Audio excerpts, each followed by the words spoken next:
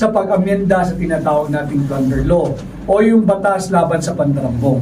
And I intend to fight corruption by amending the provision of the plunder law. Ibababa natin yung threshold from 50 million now down to 1 million. Ninanakaw na nila yung pera nating mga Pilipino, pati ba naman yung posisyon ng Vice President, nanakawin nyo pa rin. Lumaban tayo. Magandang hapon sa inyong lahat, mga mamamahayag dito sa Bukidnon, at maraming salamat sa inyong pag-imbita, pagsalubong at mainit na pagtanggap. Ako nga ay naririto bilang nakibahagi doon sa ating ginawang interfaith prayer and peace rally, at tatangan ko ang mensahe ng Hakbang ng Maisog na humihingi ng transparency, accountability, peace and security sa pamahalaan. Alam naman natin na napakarami ng nagiging problema ng gobyerno, at ang numero uno ay ang korupsyon. Higit na lumalala ang korupsyon, at kayong mga mamamahayag, I know for sure you are very well aware of what is really happening in the country, especially yung usapin tungkol sa unconstitutional, invalid, immoral, and unethical 2025 budget. At yan nga ang dahilan kung bakit ko tinugunan ang hamon ng Hakbang ng Maisog na pamunuan ang tunay at maisog na oposisyon bilang tinig ninyo sa Senado. Lalabanan ko ang korupsyon, at lalabanan natin yan unang-una sa pag-amyenda sa tinatawag nating plunder law o yung batas laban sa pandarambong. And I intend to fight corruption by amending the provision of the plunder law. Ibababa natin yung threshold from 50 million now down to 1 million, sapagkat walang dahilan na patuloy tayong ninanakawan, hindi natin makasuhan ng plunder dahil hindi pa umaabot sa 50 million yung ninanakaw ng mga mandarambong sa gobyerno. It doesn't make any sense at all. That's why I will amend the plunder law, bring it down to 1 million the threshold. At pag nagawa natin yan, papanukala kong ibalik ang death penalty bilang kaparusahan sa lahat na magnanakaw, lahat na mandarambong sa gobyerno. At bukod dyan, death penalty din sa lahat ng taong gobyerno at mga banyaga, yung foreigners, yung alien, na masasangkot sa illegal na droga. Yan ang aking mga pangunahing agenda.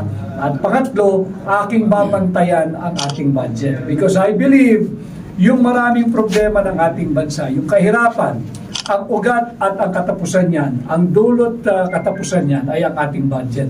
The alpha and the omega of poverty of the many ills of our country is brought about by our annual budget. At eto na nga, naipakita namin ni Pangulong Duterte last Saturday kasama si Congressman Sid Ungab ng 3rd District ng Davao, yung kung paano nila winawalang hiya yung budget process. Nagpasa sila ng Bicameral Conference Committee report na puno ng blanco. 2 bilyong piso blanco. At ito ay pinasok nila bilang tinatawag na enrolled bill. Yung enrolled bill, yan yung tinatawag na GAB o yung General Appropriations Bill, na kapag pinirmahan ng sino mang Pangulo ay nagiging GAA o General Appropriations Act. Napatunayan namin, naipakita namin at nailathala na yan na puno ng blanco yung naging pundasyon at basihan ng tao ng budget, yung 2025 budget. Kaya yan ang ating lalabanan, yung war on corruption, at ako'y naniniwala kung if we can only plug the leaks brought about by corruption, higit na maraming programa ang magagawa ng gobyerno dahil magkakaroon ng additional source of fund nang hindi nagtataas ng buwis, nang hindi nangungutang, o hindi pinuputol yung source of corruption.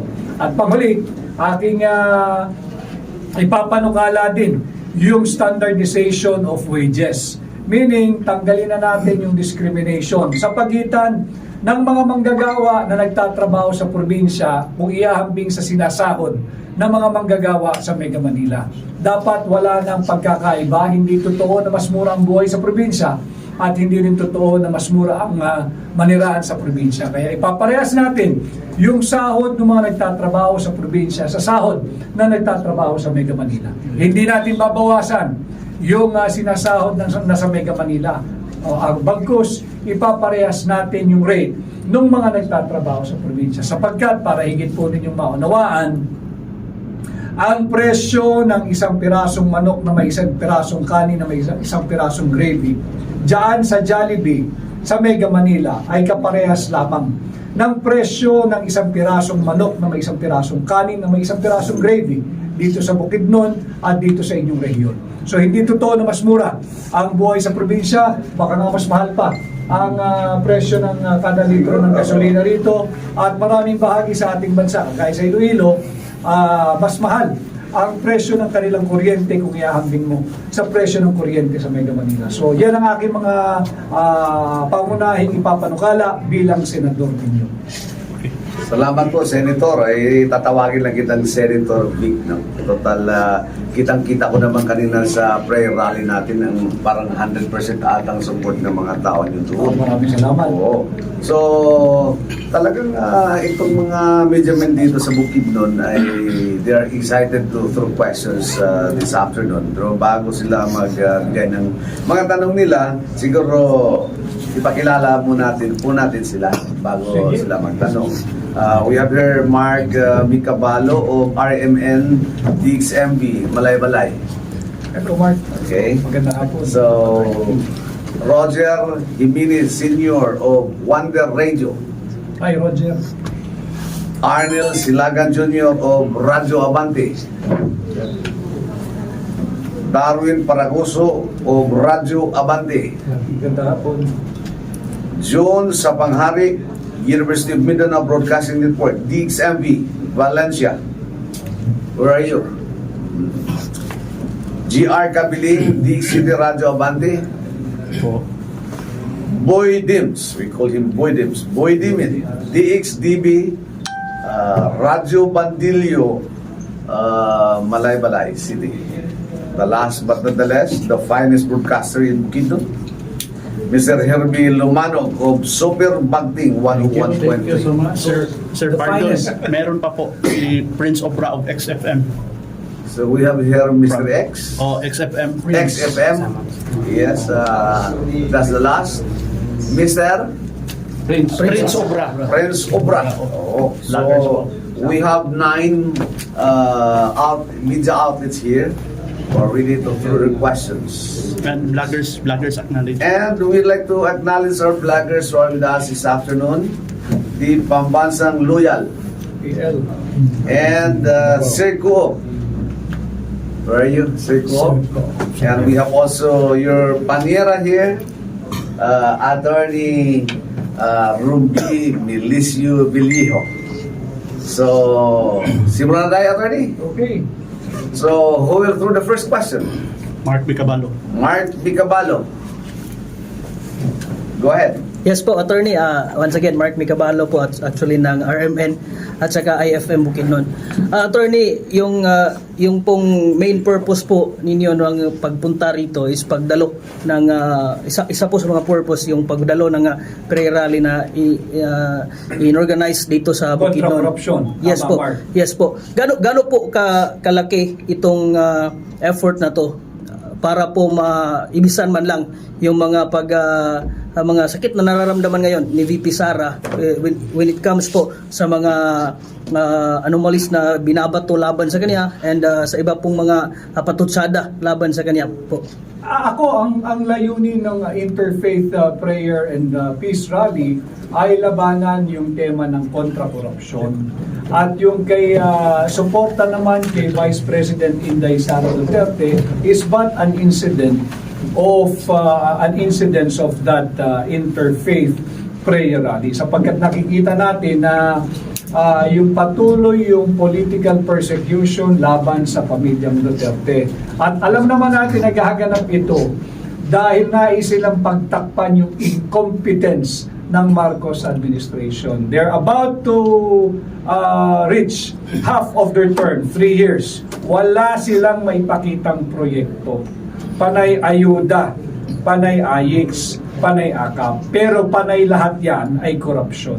Wala silang maipakitang anything substantial sa mamamayang Pilipino. At patuloy nilang binubudol ang mamamayang Pilipino gamit ang ating taunang budget.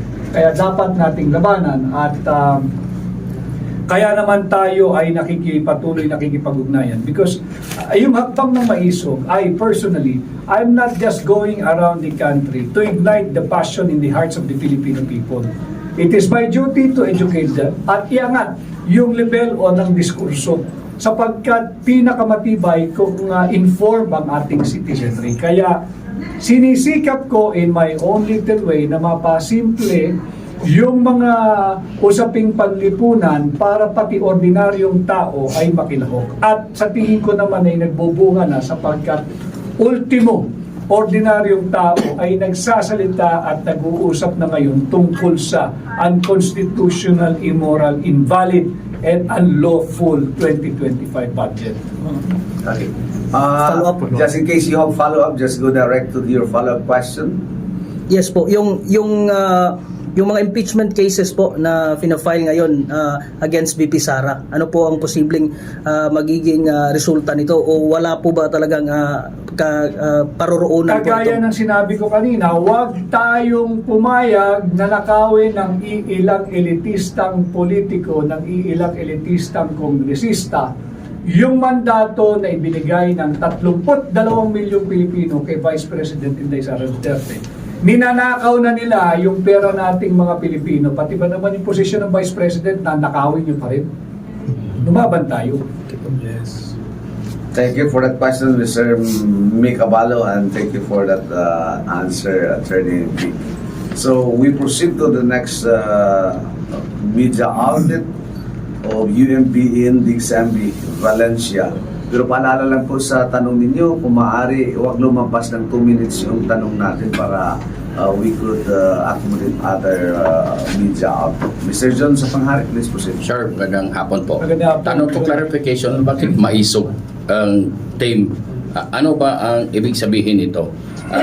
Team maisog, parang ganun. Ang gusto ko lang malaman. Ang maisog ay isang social movement na itinatag under the inspiration and leadership of President Rodrigo Roa Duterte. And yung coming out ng hakbang na maisog ay naganap noong January 28, 2024, last year, doon sa Davao. At ang pangunahing usapin lamang noon ay yung ating mariing pagtutol doon sa ginagawa nilang huwad na People's Initiative patungo doon sa Peking Charter Change. At gamit yung AKAP at AYIX. Ginagawa nila, kunwari, tatanggap ka ng AKAP or AYIX, pipirma ka ng attendance sheet na natanggap mo, tapos i-attach nila yan doon sa petisyon na tinatawag na People's Initiative. Kaya natin yung tinutulan kasama sa pamumuno ni Pangulong Duterte. At yun naman yung naging matagumpay tayo dahil pansamantala nilang itinatago yung usapin ng charter change. Pero alam mo naman ang masasamang loob, umahanap lang ng champion yan eh. Kaya doon na buo yung hakbang na maisog, yung step of the brave.